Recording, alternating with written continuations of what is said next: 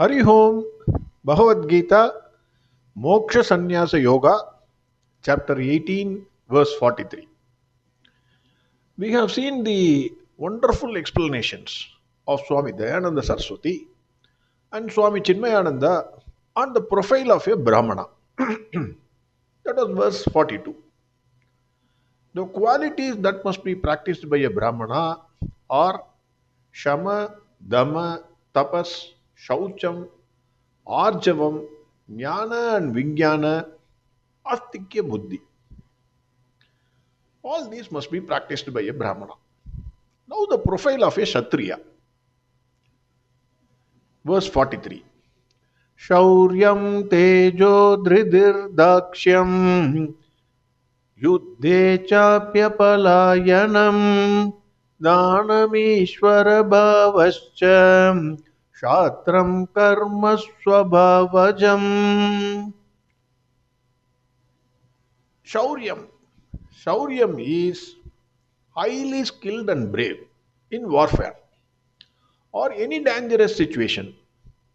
When it is called for, a Kshatriya exhibits heroism. He will not run away. Tejas. Swami Dayananda Saraswati quotes Adi Shankara here, who says, it is brilliance born out of self-confidence. Then Dhriti. Dhriti already we have seen. Dhriti is sustained enthusiasm. Swami Dayananda Saraswati says, a Kshatriya is resolute in all situations, which are not very pleasant or inimical to him. Because of resolve, he does not get depressed or easily frightened. His enthusiasm does not get dampened. He does what is to be done at the right time, and he is even ready for a surprise.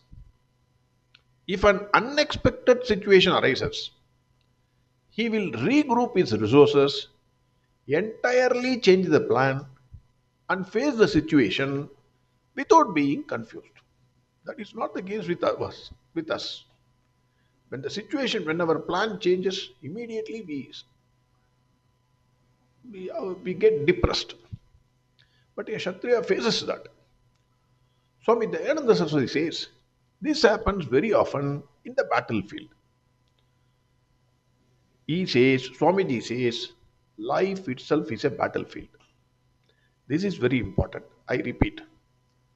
Swami Dayananda Saraswati says, this happens, that is, the unexpected situation arises in a battlefield. Life itself is a battlefield. Very important.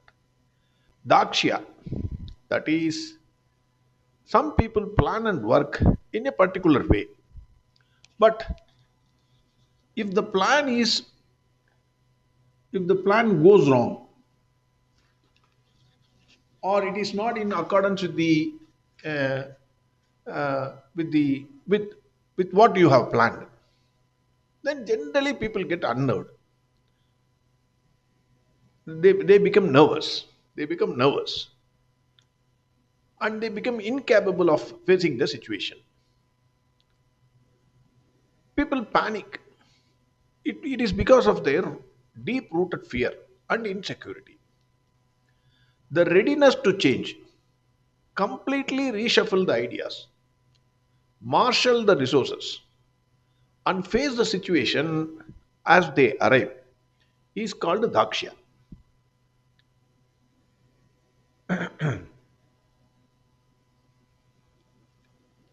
Dakshya is the capacity to face the situation, however unfamiliar it is, however threatening it is.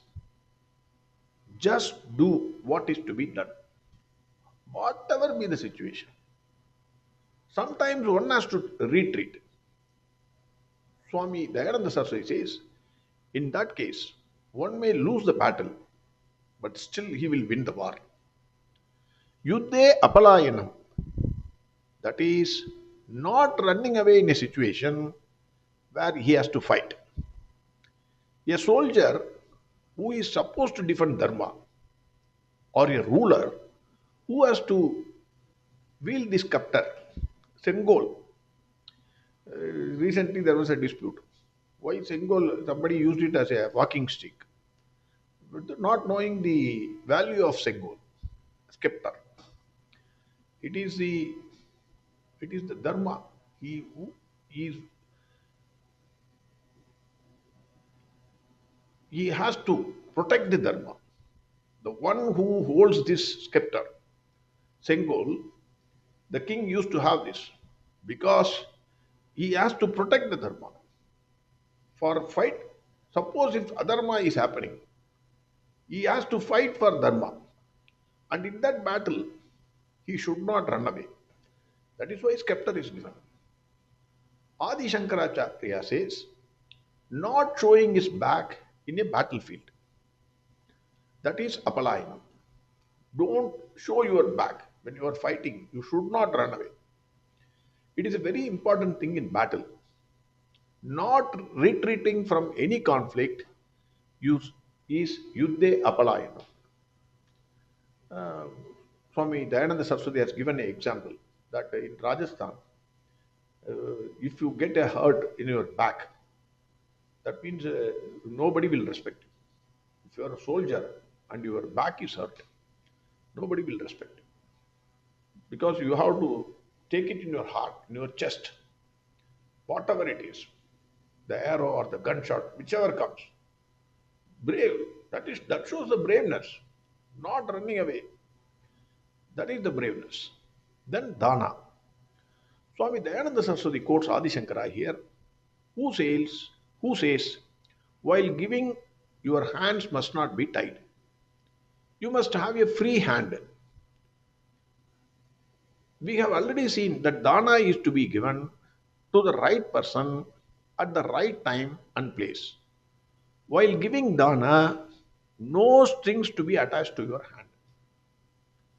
You should not pull back.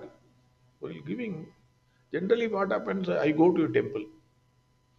While the Archaka or the Panditji shows Arati to Bhagwan, immediately my mind will think, okay, we will put 100 rupees. Then when he finishes and then starts, okay, I will put 50. Then when others put, you will be starting at the end. So we will put 20. The mind will change. 20 is enough. So everybody is giving. So why should I pay 100? 100 became 50, 50 became 20. By the time he comes near me, then you put your hand in your pocket and open the purse. There is no 20 rupees note. So you just take the arati and then walk away. Not putting strings attached. Not giving wholeheartedly. Whatever you want to give. Whatever it is. Even 20 rupees. Give wholeheartedly. Put it in the plate. Just move away. Don't think about it. That is the way I understand. Whenever you want to give dana, you give wholeheartedly. That's it. That is what I understand. Then Swami Dayananda Saraswati says, Kshatriya is a natural leader. The duty of a Kshatriya is to govern. It is very natural because of his predominant guna, that is Rajas. He has Sattva guna also. He is ready to sacrifice himself and his family for a cause. A Kshatriya is noble in thinking, but his predominant guna is Rajoguna. That rules his mind. Swami Chinmayananda says, a Kshatriya is defined by birth, by Bhagwan Krishna. He is not defined by birth. I am sorry. A Kshatriya is not defined by birth by Bhagwan Krishna. Bhagwan Krishna enumerates the behavioral qualities of a Kshatriya. In the Gita, the four castes are not described in terms of birth, but in terms of how they express themselves when they come in contact with the outside world. That is the field of expression. How you react yourself with the outside world, that will decide who you are. Already we have seen how a Brahmana will express himself. No one need to give a certificate. You can give yourself certificate. You know yourself. Why are you expecting You need not have to put in LinkedIn or Facebook that I am a Brahmana. Your behavior will express your nature, your character. Bhagwan Krishna captures the mind, intellect equipment of each group. Now he is capturing the Kshatriya, Shauryam and Tejas, profess and boldness. Shauryam and Tejas means the vigor and constancy with which he meets the challenges of life. Naturally, Kshatriya is a commanding personality. Dhriti. Dhriti is fortitude. It is the powerful will of a personality who, having decided something, pursues the path and discovers in himself the necessary drive and constancy of purpose to it. More the difficulty, more the will to gain victory or success. Generally, what happens? The difference between us and the Kshatriya, difference between me and the Kshatriya. Whenever I see find some obstacle, I will drop it. No, no, this will not work for me. Change the life path to something else. You keep the goal. Kshatriya never gives up. I want this means I want this. I will pursue it. More the difficulty, more the challenge he will enjoy. A wonderful doctor. If a doctor is a real doctor, and if a new case comes, complicated one, he will be very much interested in it. A scientist, problem. When the problem is more tough, a mathematician, when the problem is more tough, then only you will get interested. You go to a mathematician and ask 5 plus 3 is equal to what? He will not like it. I will like only 5 plus 3 is equal to what? Easy maths, I will like. Mathematician will not like. He wanted a complicated problem so that his mind will start working towards it, towards the solution. Till that time, he won't sleep. Even while sleeping, he will be thinking about the problem, how to solve it. That kind of a person, that kind of a dhriti, dakshyam, promptitude. The word daksha in Sanskrit means attention. In RSS, they mainly use this word. Daksha, Orama, they used to say. That is daksha. It is the quality of alertness and vigilance. A Kshatriya is prompt in decision making and executing it. Such an individual is industrious and has an enviable amount of perseverance, however hazardous the field of activity is. That is Dakshyam. Then Apalayanam. Apalayanam is not running away from the battle. He will not readily accept defeat in any field of conflict. He will not leave any work incomplete. The field of battle here includes all fields of competition, wherein things and situations arrange themselves in opposition to the planned schemes. That is important. This is very important. Things and situations arrange themselves in opposition to the planned schemes. In those conditions, a true Kshatriya never feels nervous. He never leaves a field in which he has entered. He is a no quitter. No quitter. He will not quit. Who faces life's challenges without succumbing to fears and doubts. His attitude is do or die. That is what I think. All the sentences put to in simple one word, one sentence. Do or die. That is his attitude. Dhanam, generosity. That is, a man of action is also a man of compassion. He is not miserly. The glory of a prince is in his compassion to help those in need. If you don't have compassion, you cannot be a king. Swami Chinmayananda says he has to be generous because if he has to mobilize others for a great goal, then you have to make friends with others. How will you? You go to a friend's house, not empty handed. You give some sweeter, etc. You want to take so many things so that you get more attached. Similarly, a king has to give. Those days they used to give whatever you want, you take. Generous. So that people get attached to the king. In times of need, people have to fight. A king cannot go individually and fight with another army. He has to mobilize the army. So he has to naturally be generous so that the people support is there for him. That is what generous is. Ishvara Bhava, as a rule, this is very, very important. These are all sentences, golden sentences. As a rule, without self confidence in one's own abilities, one cannot lead others.